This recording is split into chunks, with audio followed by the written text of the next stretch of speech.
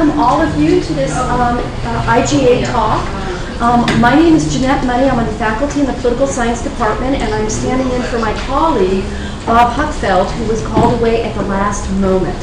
And so I have the privilege of introducing a colleague in the political science, in the economics department, Giovanni Peri, who's going to give the talk today. He is Italian of origin, and I study citizenship. He's a permanent resident. He has not naturalized, despite the facility of naturalization in the United States. But we'll have to check on his children to see whether or not they're born here. Anyway, he has been educated in the United States at UC Berkeley and has spent his professional career as an economist here at Davis. And was just recently promoted to full professor, so congratulations on that. He has published widely on a number of issues, but obviously migration is a current area of interest, and some of the work that he's done is not only on the United States and on California, but on comparisons with migration in Europe as well. So I will turn the time over to Professor Peri. Thank you very much. Thank you. Thank you very much. Yeah, my kids, in fact, have trouble getting the Italian citizenship. They're all American. So the talk will be about immigration and the economy, and I'm planning to say something about what did we learn that is new, or what happened that is new in the last 10 years roughly. I'm going to try to give an overview of what we think we know about immigration, the labor market impact, what attracts immigrants, what kind of immigrants come to the United States. And then I will talk a little bit about immigration reform or immigration policies a little bit. I like the conversation to be on facts that we can look at and a little bit of interpretation of the facts. And then do we learn anything which can be interesting about new ideas in policy. So what has happened to immigration? This is the share of foreign born as coming from the census and the American Community Survey in the last 39 years.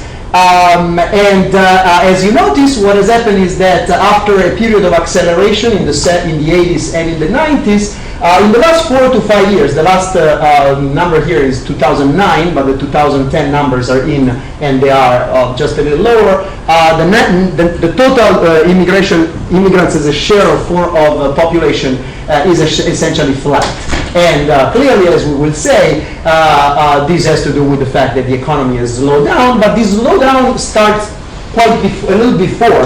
So the recession is really 2007-8, but already in 2002, 3, 4, the total amount of immigrants starts flattening out. So this is a graph. When I did it, I realized that it's not as nice as I hoped it would be. But let me tell you what it says. This is trying to tell you what type of immigrant, in terms of schooling, the United States has received in the last 40 years, broken down by decades. So let me tell you what one of these columns means. So this means that in the 70s, the immigration rate among people with no degree was about 1.2%. So the inflow of people with no degree was 1.2% of that group as measured in 1970. So what you should notice is compare how large are these for one specific decade, and I have 4 decades of variation. So what you notice is that the 90s are really an outlier. So I have done some work, and most of my work started in the late 2000s, and I have sort of taken the profile of the US immigration as a V-shape, because in the 90s this was very true. There were a lot of immigrant among low and very low and low level of education. This is no degree, this is high school, this is some college, this is college and more. And then there were again a lot of immigrants in the very high end, but few at the intermediates. However, if you look at all the other decades, what really seems to happen is a straight positive selection, rather. In particular, in the most recent period, 2000, 2009, and 2010, there are some immigrants at the low and intermediate level, but there are significantly more immigrants among college educated. So I'm going to argue that I think the new evidence that comes from all countries in the world is that migration is a college-intensive phenomenon. College-educated migrate much more from anywhere to anywhere in the world than non-college educated. And I think, and this, as I said, with the exception of the 90s, seems to be very true for the United States as well. So, as I say, both in the 70s, in the 80s, and in the 2000s, there seems to be a relatively monotonic relationship between the level of schooling and what is the immigration rate in that group, so the immigrant as a share of the total population. So is this high college intensity of immigrants specific or particular to the United States? And the answer is, again, in the last 10 years, we could access censuses of dozens of world countries, and I would say that the evidence that comes out is that is not. This is a very general feature of aggregate migration flows, not of every single bilateral migration flows. Of course, there are so many and there are exceptions, and I think people, as soon as I say migration in California, think about the Mexico-US, which is a little bit of an exception, in fact, because in that particular there have been a larger group of people with lower education, but in general, this college-educated bias is very strong. And the other thing I want to emphasize is that for all the impact of immigrants on labor market I will talk about today, but also fiscal impact that they have, what really matters is their relative composition vis-a-vis the national composition. So if you have that immigrant in a country come and 20% of them are college educated and 80% are not, that doesn't tell you anything about their impact. Then you look at the local population. If the local have only 10% college educated and 90% they're not, that is a college intensive type of immigration, and that increases the share of college graduate, and that has certain effect on wages because you need to compare the distribution of immigrant with the distribution of native in order to understand what they're doing, what terms they change, labor market opportunities, fiscal costs. So here I'm just showing for other countries, so this is in a big effort with the World Bank, we put together censuses from about 90 countries in the world, and we could estimate precisely the immigration rates and emigration rates of all these countries by schooling level, because the census data have the schooling. The problem is that the short-run statistics people use, that they have available from OECD data, they don't have the schooling value. So this is just to make a point. So the United States, these are the 90s, by the way. So how do you read this? This is the total immigration rate in the 90s. What does it mean? That in the decade 1990-2000, the inflow of immigrants in the United States relative to the total population in 1990 was 5.7%. And this is the same number only calculated on college educated. This is the inflow of immigrants as a share of the total resident college educated. So the first striking thing, these are ranked by how large is the immigration rate. The first striking thing is that in all cases except for Austria, this second column is larger or a way larger than the first. This means that most countries receive college intensive, so the percentage of immigration among college educated is larger or much larger.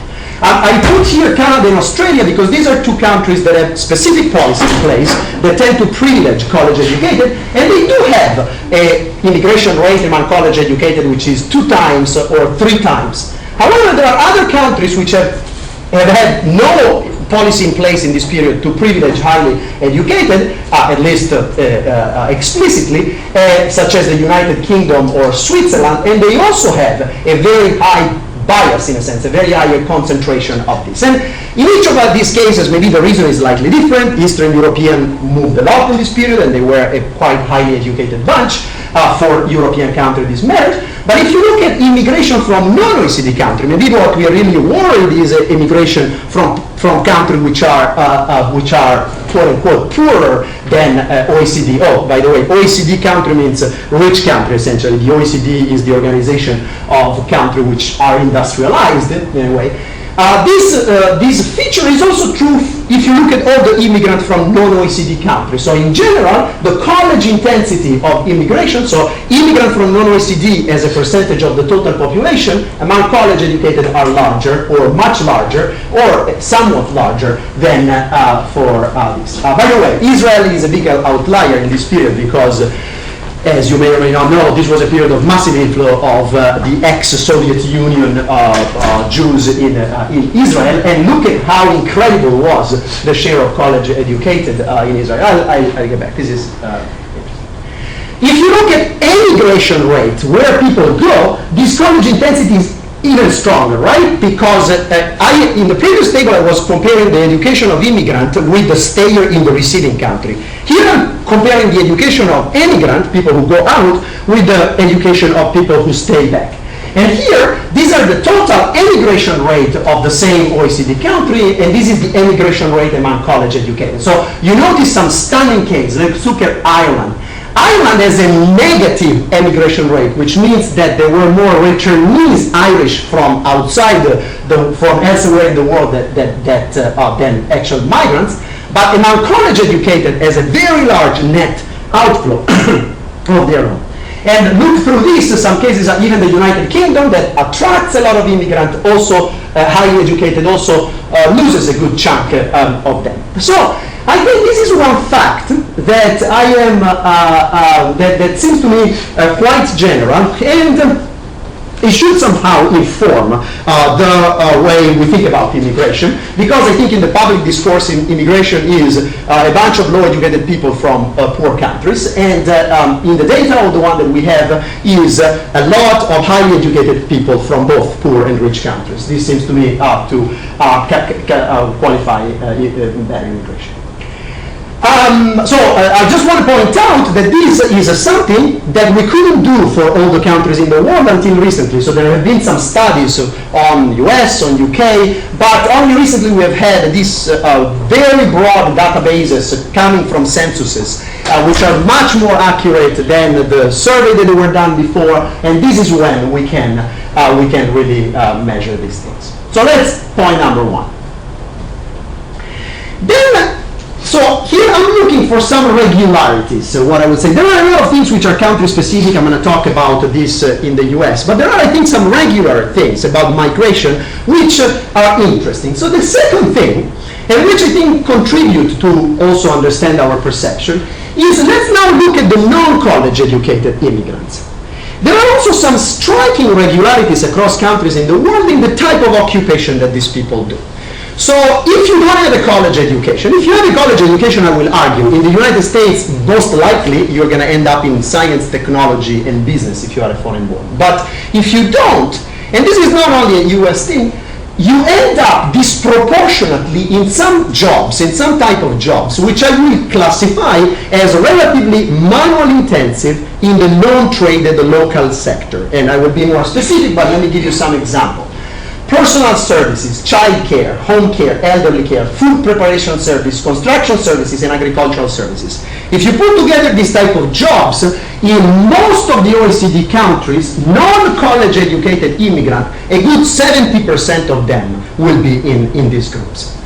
And what is special, what is particular about these jobs? Well, the way in which I see it, there are two things which are interesting. First, they are a little bit more manual intensive and less language intensive than other jobs. And so immigrants don't need to use the local language that they may not know as much, as intensively. Second, they are often very little unionized. This matters for Europe, where the entry of newcomers in some of the established sector is a little harder. The other interesting thing is that these are jobs that progressively local people, both because they're increasing their schooling and because there is some stigma, I would say. I'm trying to separate these two things a little bit empirically, and it's hard. But my feeling is that there is both. Native are very quickly moving out of this job. However, these jobs are however, there are quite a lot of jobs created in these sectors. And I'm going to show you a graph. So first, let me say one thing. So this is for the United States, and this is the percentage of immigrant relative to native in 600 occupations. And these occupations have been ranked according to their content of communication versus manual skill that people use. So there is this very large database that allows you to measure if you are, say, a taxi driver, how much of your job consists in doing things which are manual, skill coordination, and how much is interactive. And these are ranked from occupation with quite low communication manual intensity to quite high. And you see that all of the spikes in terms of presence of immigrant, 3 means that there are 3 many more immigrants than natives, so that immigrants are 3 times more in employment in that occupation, which some are close because they are similar occupation. One can be taxi driver, another can be cab, truck driver, and so on. But you see that the whole spike is at this end. And these are non-college educated. So these are immigrants which have, compared to native, which both have relatively low education. So within that, in a sense, there is still this story that the distribution of immigrants is U-shaped. Some of these manual jobs are at the low end, and a lot of them are taken by immigrants. And then there are the college educated, which are a lot, and I will show you in a second. But this bifurcation comes in part from the education of immigrants, because they are very college educated. And among non-college educated, they tend to do this type of jobs that locally are associated with relatively low level of education, but sort of tend to have some interesting effect. And let me talk about 2 effects. First effect that economists have studied, given that these are local non-tradable services, a lot of them, the inflow of immigrants keep the prices of these services relatively low. Given that you cannot trade this, you cannot import, given that the services of your nanny, of your gardener, of the person who takes care of the elderly has to be done locally, so people estimate that in many US cities, if immigrant didn't come, the cost of this thing would be very much higher. And in fact, some people have also analyzed the impact of this, which are typically house production type of work, on the fact that women, by using some of these services, can then go on the labor market and generate some labor market jobs. And so people have said there is a double effect, which is in both cases good. Prices of these stay low, and women can participate more to the labor force, native, highly educated. But the second thing is that this type of jobs and the college educated jobs seem to have been the one which have grown the most in the last year. So this is taken from a paper by David Otter. David Otter is an economist at MIT that has studied a lot which type of job have grown depending on what kind of skill the job requires. And so here is his representation. So he divides jobs into occupation, which are manager, professional, technicians, and sales. These are the typical job that college educated people do. That's why there is a split. They tend to do some jobs which are somewhat different. And then there are some more sort of clerical type of job that don't require a college degree, such as administration in an office, craft and repair, operators. And then there are some local non-tradable type of job that are very manual, also don't require a college degree. And they are protective service, food services, ground cleaning, personal care, personal services. Now the bars here is how many extra jobs, how much employment has grown in the 70s, in the 80s, in the 90s, and after the recession. So you see that both the high-end and these manual type of job are the ones who have created most jobs during the expansion period, say 1970 all the way to 1990. And also during the big recession are the ones which have shed the fewest job. The big shedding of job has come from this intermediate type of job. So in a sense, the demand for this job, the forces that have driven this, seems to have been there. And even with the recession, of course, this has gone down quite a bit. The last period is just the period 2007-9, so the 2 years of the recession. Even in that period, though, although not too many jobs have been created, not too many jobs have been lost in this. So again, the idea is that there seems to be a strong demand for this. Here, because these drive the economy, they are the college intensive, I'm going to talk about, they drive growth. And here, because they are non-tradable, and people demand quite a bit of this, and they need to be provided locally, and therefore they don't seem to have been substituted by technology too much, which has happened for this. So the picture is that immigrants are up here and immigrants are down here. So it's an interesting matchup between who come, what type of job they do, and where is job creation. And I mean, in a sense, it seems to be natural, but I think that the economy explains a lot. That's what I want to say, both of the number and of the type of distribution of skills of immigrants. And I will come back to this when I say something about what should we do with this if we think about policy. Now, among college educated in the US, I have to say this is, there is a very remarkable recent 20 years of foreign-born becoming more and more important. First, 57% of growth of employment in science and technology in these 5 years was due to foreign-born. So they are massively represented in this high-tech science and technology. 30% of innovation, patented innovation, is due to immigrants in the last 10 years, or 5 to 10 years. 25% of high-tech startup is due to foreign-born. 25% of US Nobel laureate in the last 20 years are foreign-born. Keep this, and the percentage of foreign-born in the population is about 12%. It was in this period 12 to 40%. So they are massively overrepresented in this relative to their total presence in the population. Here are some graphs. This is just to show you how the share of foreign-born among PhD in the US has grown. This is a little old, they put it in. It doesn't have really the last year. In all the US university, in the top US university, in the by the 2001, and this has been flattened but has kept going after 2005, almost 40% of PhDs in all university and maybe more in the top are awarded to foreign. This shows how innovation by, this is a study by William Kerr of Harvard Business School that looks at how innovation, patented innovation is done by people who come, foreign-born, who come from Europe, China, India, Hispanic origin, Russian or Korea, over the period 75-2005, and you see that some have increased a lot. The one of foreign-born of European descent have been flat, of European origin, but the other has grown so much that if you add up all in 2005, you get about 30% of the patents in the US are by foreign. One thing that I want to show, because I think it is interesting for us, and I will pick it up again when I talk about policies, is this: is how many students does the United States educate at the very high end? So this is the PhDs, foreign-born PhD in the total enrollment. As of 2007, and the United States is very high. So in total, about 25% of the total PhD in the United States are foreign-born. But notice, I want to emphasize that Switzerland and United Kingdom are even higher. And if you remember, Switzerland and United Kingdom were those two countries that, although didn't have policy that specifically preferred highly educated, could attract a lot.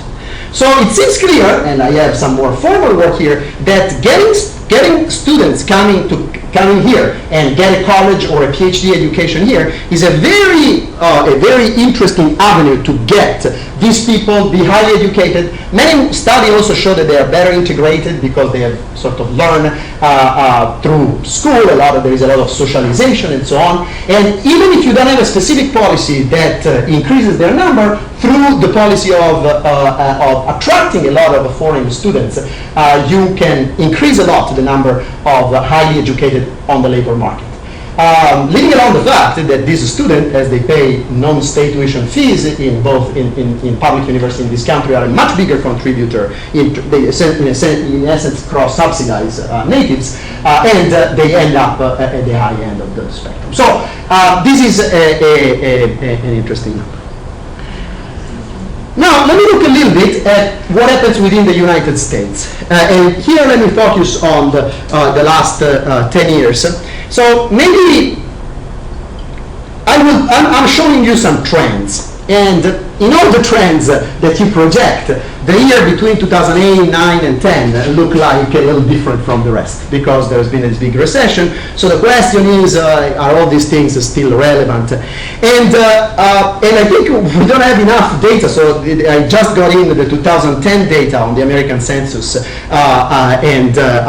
here I end in 2009. We don't have enough data in order to really nail and see how things are evolving after the recession. But I want to emphasize something that I think we did learn, again, in the last 10 years about where immigrants go in the United States and what do they do to employment and wages of native in those places. So the first thing that you notice is that if you just plot do a scatter plot of the flow, the immigration rate, so the net change in immigrants, in a city, and the net change of native in a city, you always get a very strong positive correlation.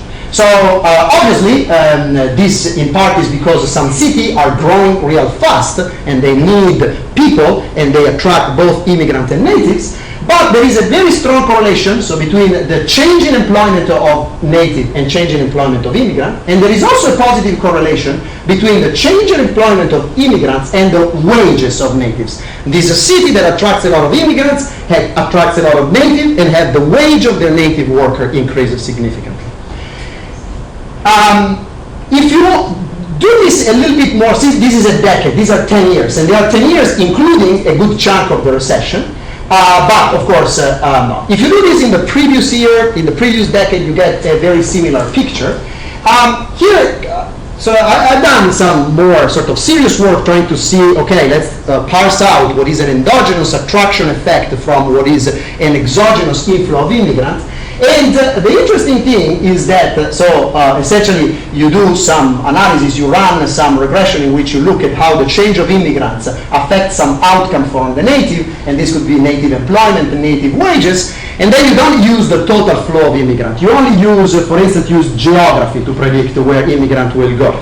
So if you're closer to the border of Mexico, you're going to get a larger flow of immigrants. Or you use the community of immigrants 30 years ago, because immigrants tend to go in cities which have high immigration. So you should take this, the first and the third column, the first and the second column as this correlation between immigration and native employment and native wages. And in this second and fourth column, I try just to isolate the inflow of immigrant that does not depend on economic condition. It's just driven by the immigrant choosing to go where previous immigrant had gone. But what you see here is that first, the coefficient on native employment are all very positive and significant in many cases, not so precise. But the difference, when you try to use this, when you try to account for endogeneity, and so only isolate the flow of migrant that is determined by the location of old migrants, you still get this positive effect, as if just the fact that immigrants go in a city generates some opportunities and some complementarities and attract natives as well. In any case, you don't find ever any evidence of displacement, which is one story, which I think has been said quite a bit, but I'm going to present also another work. I think in the last 5 to 10 years, the way I see it, not very many people have found any in that respect, and so I think that this is something that we kind of learned recently. And this is the effect on wages. Again, 1% more immigrant, how do you read this? 1% more immigrant increases employment of native by 1.2%. Or 2, depending on which. And again, if you look at just the 2000, which is a period with a recession in them, so the 2000 are a period in which this could be low, or if you look at the 1990s, this pulls the 1990 and the 2000, the effect is pretty similar. So it seems that even in the decade, which is a mix of expansion and recession, the impact of immigrants in aggregate has been quite positive, or at least certainly no evidence at all of this displacement, neither in employment, not in wages, with the proviso that maybe you need to read more serious studies here and control for many more things in order to convince yourself that this is really a little bit of a causal. The study they've done, which are more serious on this, seem to confirm these numbers. There are some people actually, so you can say, well, yes, but these look at 10 years. In 10 years, cities have time to adjust to this inflow. Maybe it takes a while. I just found, I actually was at a conference, I organized a conference, and this Abigail Wozniak, who was an economist at Notre Dame, had exactly a work that was looking at the impact of immigrant of native employment and population in the very short run, year by year, between 2000 and 2009. And so there are a lot of numbers here. These coefficients are corresponding to what I was showing you. So essentially she says that when immigrant goes in a city, the population of all native workers in that city increases for each 1% by 1%. So it doesn't seem that native leave, they seem to be actually attracted. And depending on how you do this, you have a little variation of this coefficient, but they seem to be very solid in the positive area. Even when you do this instrumental variable, which try to take away endogeneity, either you get not too much significant effect or still positive and significant. She splits between high and low skill, and interestingly interestingly enough, in the last year she finds that low skills seem to be even more positively correlated with the growth in the local population, which is interesting, is a little bit unusual, and this paper is still preliminary, but it uses very good data, and also when you look at the very recent, more recession period, you seem to find the same type of effect. What about the undocumented? What is happening with them? This is a big problem. Is a big elephant in the room whenever people want to handle this issue. So what has happened to total immigration has happened, as far as we can estimate, also to the undocumented. So the undocumented, as these are millions of them, have stopped growing in 2007, 2006 already. They didn't grow very much in 2005 and 6, and then they started even declining in this period. Again,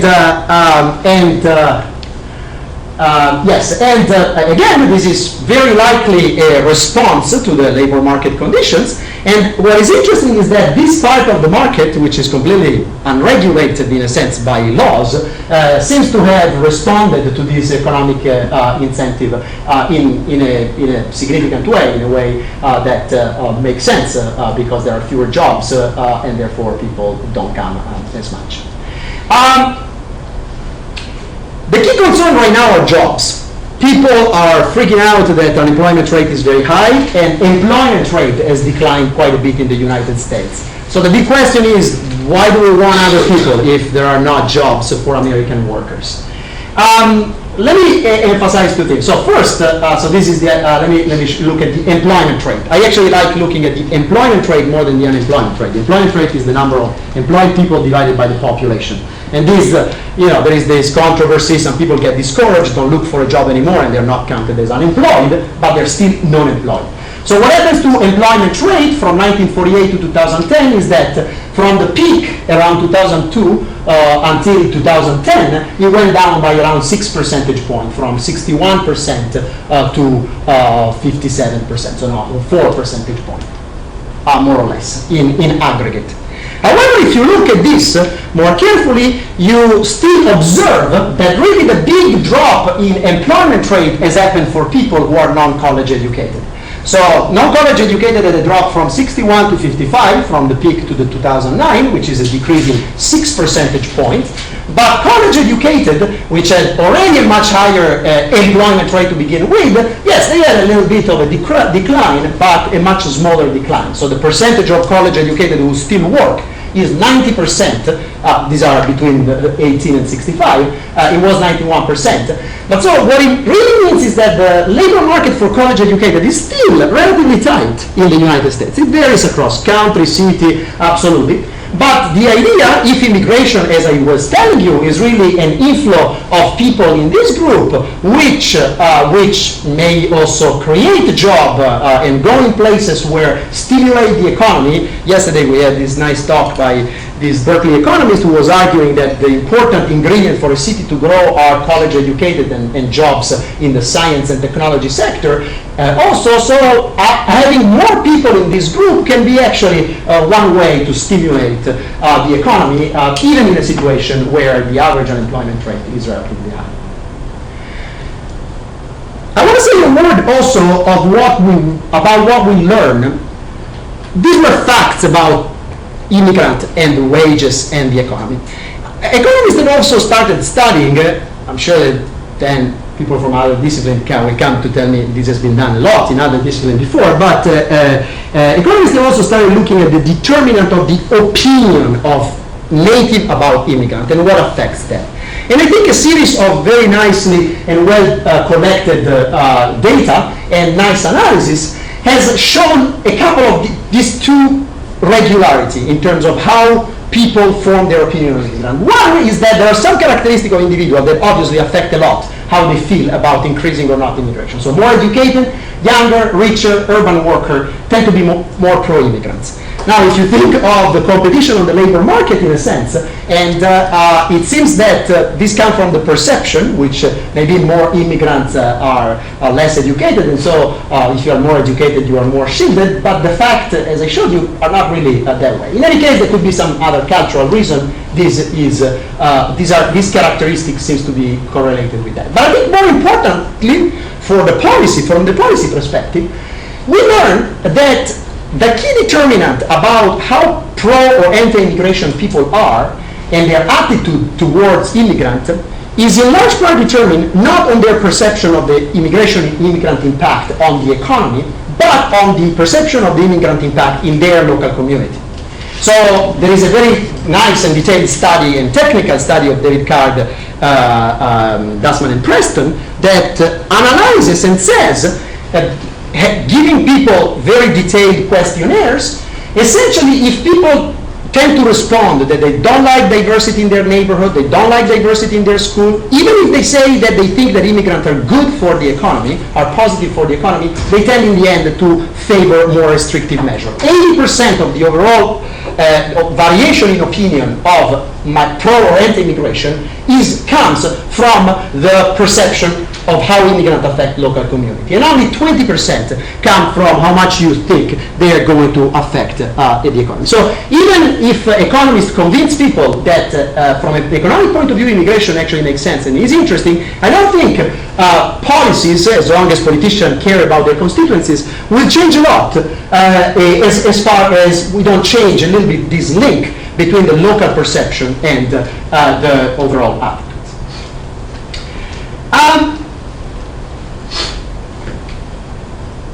Immigration policies. The last 10 years have also been an interesting period in which some odd immigration policies have evolved. Odd in the following sense. At the federal level, what I see has happened are two very different, there are two actions which have been taken, which are, the way I see it, very inconsistent and contradictory. First, on official terms, the US has become very concerned about its border. And so it has ramped up the number of patrol officers, the number of hours that they spend on the border, the check of the border. So this has gone up a lot. So on the face of the constituency, against the American constituency, you want to say, I'm tough on this. I really want to seal the border. However, this is not, or many economists have found it, this is not the most effective way. If you really want to identify the undocumented, the best way are checks on the labor place. And interestingly, what has happened in the same period, these are the sanctions that have been given to employer because they violated this E-Verify provision. The E-Verify is a provision that when a worker gives you the social security number, you check that it's a real social security number, and so the person is legit, is not unauthorized. And if you find that it doesn't match, you need to dismiss the worker.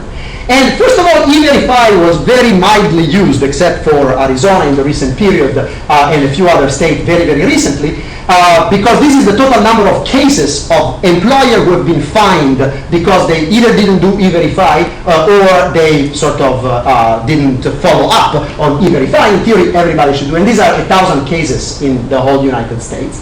But also in the same period in which the border enforcement was ramping up, this type of checks, where this sanction to the employer were becoming even more rare.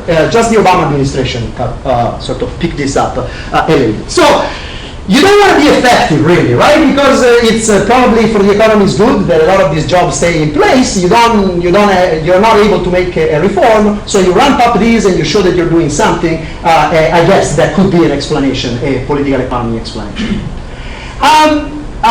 On the other hand, this odd action at the federal level has triggered a lot of states to take some specific initiative. And so some states have become quite tough, and they passed laws that authorize, let's say, state police, local police, to stop people who look like undocumented, to check them, like Arizona and Alabama. But on the other hand, some other states have passed much milder laws and a little bit more immigration friendly. Recently, some states have tried to attract, maybe I was reading about Ohio and some cities which have very high foreclosure rates, and they're trying to get this immigrant to come in to revitalize. So states have gone their own ways in a sense. And I guess there is a paper there, and there is some thinking to be made of how about some state went on one side. For instance, Alabama is one of the states with the lowest percentage of immigrants by far. Alabama has very few immigrants. I think it's the 47th state. However, it took measures which are very, very tough. And on the other hand, Arizona is relatively high, is relatively tough. California, the highest state, very mild or relatively pro-immigration. Okay, so let me use 5 minutes to throw in some ideas, some possibly very, very controversial ideas of what I think from this analysis, what are some interesting policy possibilities. So first, is this a good time for immigration reform? I'm not going to talk about politically. I have no idea. In Washington, they are doing completely different stuff. So this is going to be staying among us, and it's going to have no impact whatsoever. If you were a person who looked at the data, and if you were a person who thought that what is happening may drive the policy, I would argue that this is a pretty good time for immigration reform for 3 reasons. One is that first, if you do some immigration reform in which you increase the number of highly educated inflow and you keep and restructure and organize in a documented way the less educated, this inflow of highly educated, keep in mind that the US has really a line of highly educated people who would like to come in. It is in this privileged world position that it pays relatively well, the highly educated. It has a very high quality tertiary education, and it speaks English, which a lot of people elsewhere in the world do, so it has a lot of this. So this could be a moment in which arguing that we need more college educated to create jobs for the other could be good. Second, this could be a moment in which if you want to fix the undocumented problem is also pretty good, because undocumented have not been increasing, they have been decreasing. And so first of all, most of them have been in the United States for 3 years and a half, rather than recently. So if you do a path to regularization, you always have to say, well, if you have been here for at least 2-3 years, you can access and you have worked, or you have worked at least part. So right now, most of the immigrants will be in there. So you wouldn't have the problem of doing a regularization and saying, well, people who came in the last 3 years can access, and then you have that half of the undocumented didn't come in the last 3 years. So this is static situation could help. On the other hand, the government is completely strapped for cash, and a regularization program that would imply some pay-on-the-bank taxes, but pay some fees, which would be every proposal I've seen will give a revenue, which would be welcome. The third is that there is another economic factor you didn't discuss very much, but there is a lot of research, especially in the United States and in Spain, which says that immigrants in many regions and cities have been a big pusher up for housing demand and price of housing. They come in and they need some place to live, they increase the housing demand, and in the short run, given that the supply doesn't adjust very much, they push up demand and price of housing. So this would be a good time in which this needs to be done. In some communities, again, this could, the housing market being still relatively depressed, this could be an interesting effect. But of course, I've only talked about the economics of it, and I'm going to stick with it, all the criticism. So, in a sense, if we are thinking about a radical reform about immigration, in which you need to have on board the citizens of your countries, I think that the first thing that you need to clarify is this very large economic gain that there is. And the massive economic surplus that immigration generates in the world has to do with the fact that you take a worker which earns about $6,000 per year in the Filipino labor market, and you put the same worker in the American labor market, and this worker earns $35,000. So there are $25,000 per person per year, which are created by the act of moving a person from a country with low productivity to a country with high productivity, whatever job it does. How this surplus is split depends on the immigration policy. If the worker comes in and there is a quota system as it is, that you say some people enter, and then after this you don't, then very few of these surpluses are created, only up to the quota that you have. And most of the surplus stays with the migrant because then they're paid. If there is, to the contrary, a fee system in which people can come in and have to pay a fee to come in, and in a more articulate proposal I argue that this fee should be market-based. But if you have a fee system in which they pay a fee which is not insignificant, they will still come. This fee will go back to the local country, so they could share some of the surplus. And I think this fee will have, and I'm going to say a couple of words, will have a way of making the citizen more willing to accept, because these are inflow for their country, but most importantly for their local community. So my idea is that immigration should be a way more job market-based policies than they are now. Right now in the US are really family-based, and I don't see very good reason for this to be the case. Family will be very important. Immediate family, which means wives and children, dependents from a tax point of view, nobody denies. Of course, they have to go where they are. But brothers or children above 18 who are independent, parents, that's not clear to me that this has to be. So in the end, who chooses the American immigrant? They are the other immigrants that bring in their family, and there is no consideration of which one the U.S. economy needs. Fees, I'm doing some calculation to think what is a reasonable fee. In the end, many immigrants already in lawyer fees, in fee that they have to pay, in delay, if they are undocumented, in the pay and the cost that they have.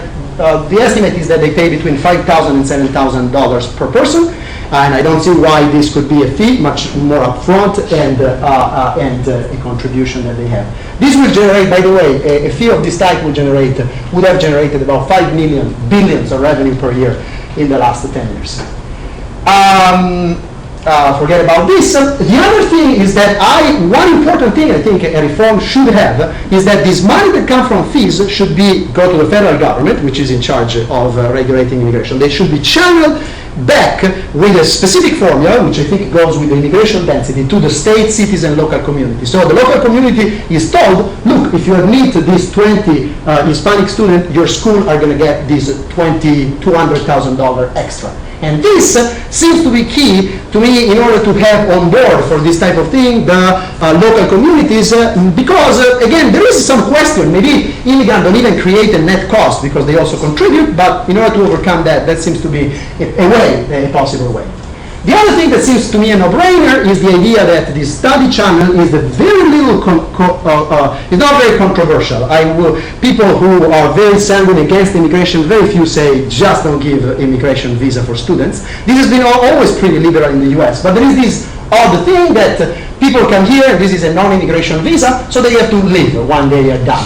And the idea is that if you could link the college, the permit, at least a temporary permit for work with their education, for people who get an education here, I think it would be also a very good way to increase the skill intensity of immigrants.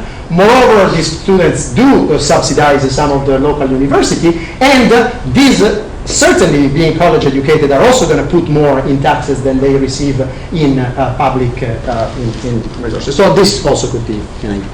And so my conclusion is that I think we learned a little bit that migration has some characteristics, one of which is being college intensive, and the non-college does some jobs that keep down prices of local services, and they are in relatively high demand.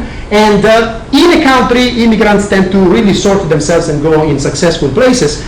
Maybe the judge is still out to say if they're a key ingredient of a successful place, but clearly successful places are employ them and seem to thrive, even for native in terms of employment and wages. And I think, I throw in very briefly some ideas, but I think if we look at this fact and throw in some more ideas rather than getting hung up on an ideological divide of what to do with immigration, I think we can make some progress. I mean, in the end, I think that ultimately Americans are relatively pragmatic, and maybe sort of telling them, look, you should do this. Why? Why? Because the data say this, because this is the consequence, can be the right way of going. Thank you very much for a very interesting talk.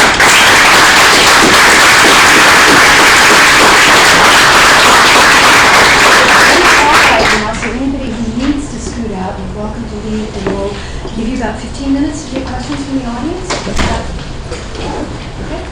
So you're welcome to stay for the next 15 minutes, but if you need to leave, please feel free to scoot out. You want to take your own questions?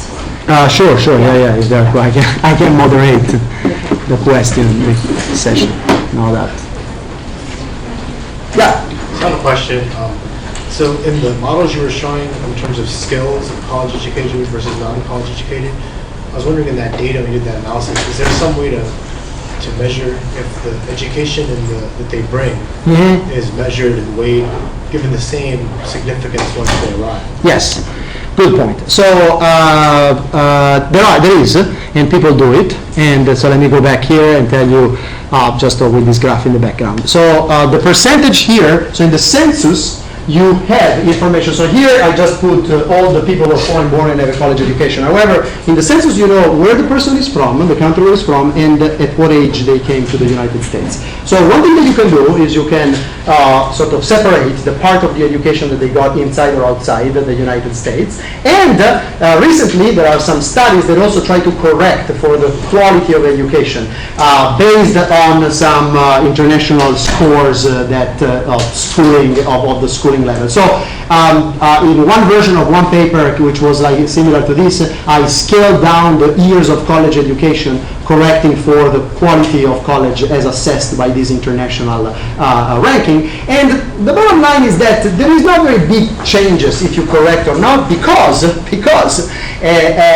some of these people will come from places and from schools which are worse, but some will come from places where schools, even college, are better than the United States. And so when you put all this together, at this level it won't make a very big difference. Maybe it will make a bigger difference at the level of schooling, but as I told you here, the key fact is really that a lot of these people, no matter if they have no high school degree or high school degree, they end up in those relatively manual type of occupations. So if you want, there is a bit of downgrading here, but rather than downgrading of skills, meaning you have, maybe you have a high school degree, and if you were an American you would be a secretary, but really you are a nanny at home if you are an immigrant. The way in which I see it though is that this is not so bad, because this is what economists call efficient specialization and comparative advantages. In a sense, the fact that some of these immigrants go in these jobs because there is demand and because their relative productivity is high, it doesn't depend on knowing very well the language, has made them very useful to the local services, the local community, and very complementary to what the native people do, and therefore not hurting much their wages, but adding their opportunities. So the answer to your question is that you can correct for education quality, and up here it does not make a very big difference, and down here it does a little bit, but the phenomenon of specialization along the manual communication line seems to me to be a little bit more relevant there than the quality of school. Yeah? I was wondering if you've noticed any trends of return migration, especially among college-educated or greater who may perhaps come here, use their resources to get jobs, and then take human capital back home. So absolutely yes. So this is one of the worries that a lot of people have. So the study visa, as is now, will not allow people to remain after graduation. You need to get out. If you get a job, you can then be on another visa. So I think people calculated that among college graduates, there is a good 50-60% return rate, and among PhD is more like 30-40. So PhD, even if they don't have an automatic job after, they're very often able, given that they have such a specific skill and specialization, they're very often able to be called on this H-1B visa. Maybe they have to go in and out of the country, but firms and university and research center can call them with this. So one thing I have not said is that I think the big success story in immigration policy in the last 20 years are the H-1B visa. They work very closely to the way in which I think a good system will, which means to me, so firm apply for this. There is sort of a little market in the sense that all the firm who want to have a highly skilled and highly educated immigrant, they have to apply in a common source. Now what happens is that they're all collected electronically, and one day it opens up the number of the visa, and so the first come, first serve can go. And in some years, even in the year of the deepest recession, the problem is that the quota was filled completely.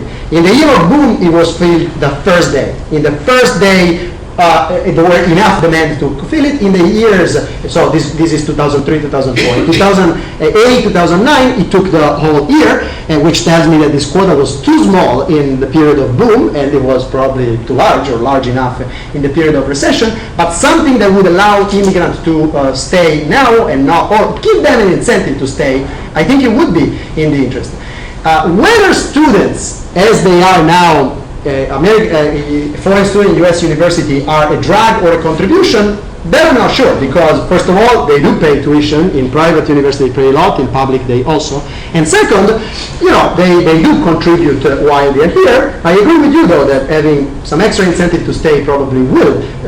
In the end, the US has generated a lot of human capital, and if you believe economists, the value of their human capital is way larger than the cost that they have paid.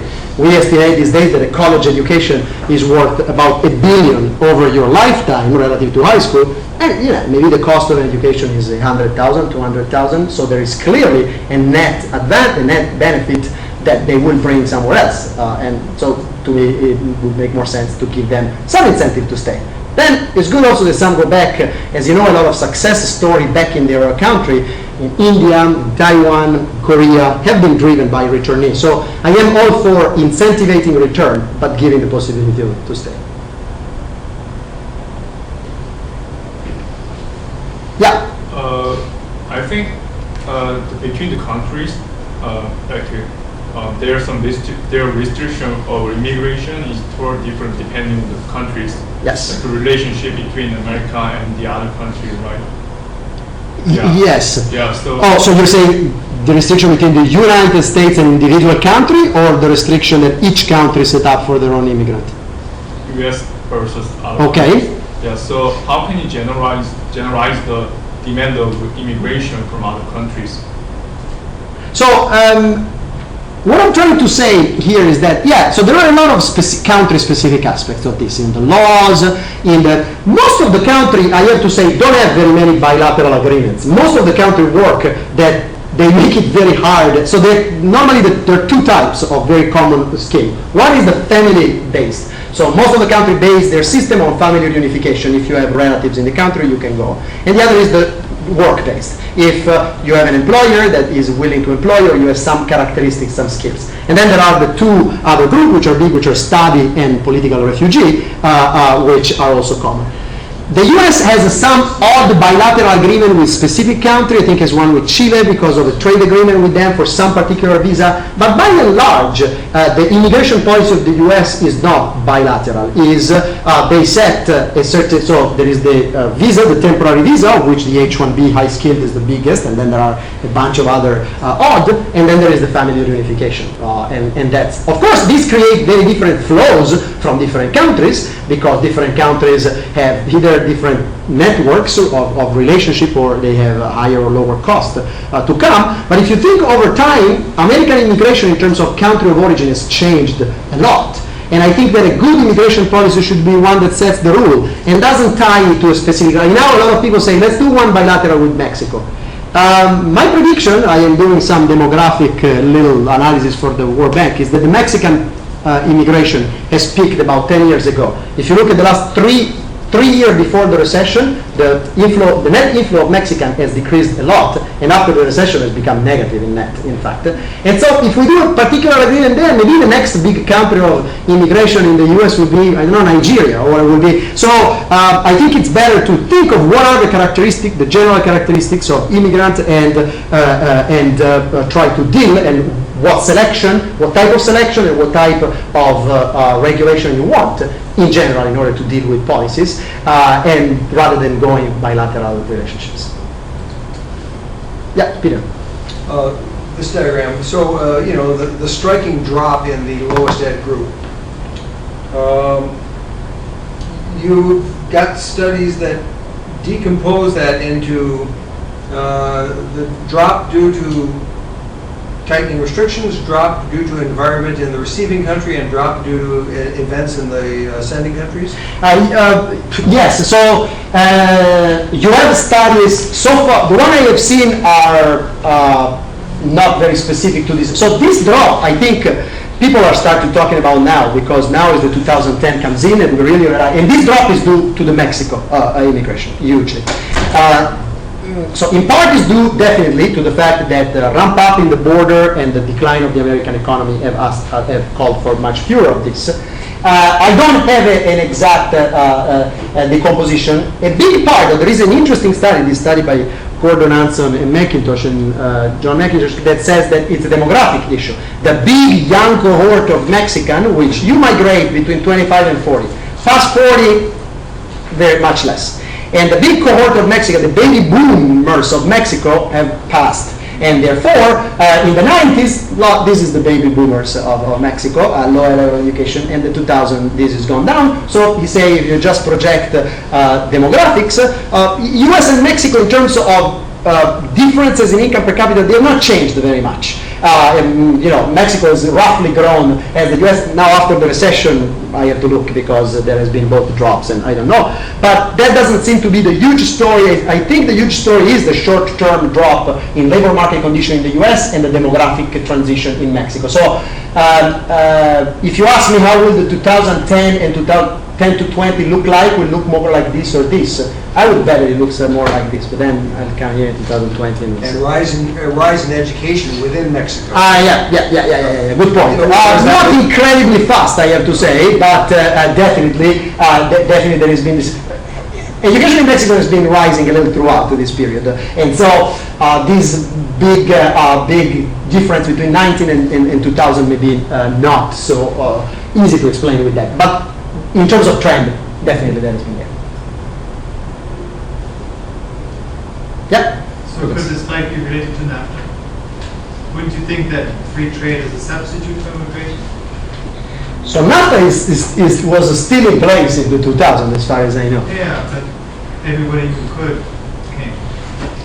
So there are some studies. So I don't think this myself. I'm asking you for your opinion also because I think I've seen some studies that sort of have thought about this, and therefore, so you need a pretty high complementarity between low skill and trade in order to get this big boom of low skilled immigrants. I really think, so that's a possibility. I really think that one of them, these are in large part these are undocumented immigrants.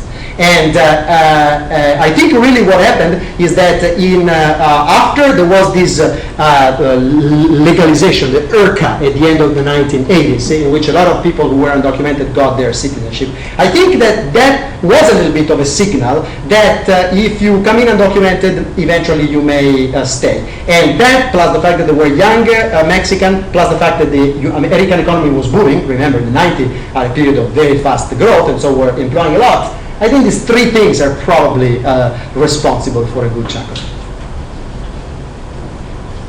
I'm sorry, just Yeah. to confirm, you said that includes undocumented? I never said it throughout. All these data, which are from the US Census or American Community Survey, include undocumented to the best that we can measure. So this should be all people who are resident on the US land, as far, irrespective of their undocumented or documented status.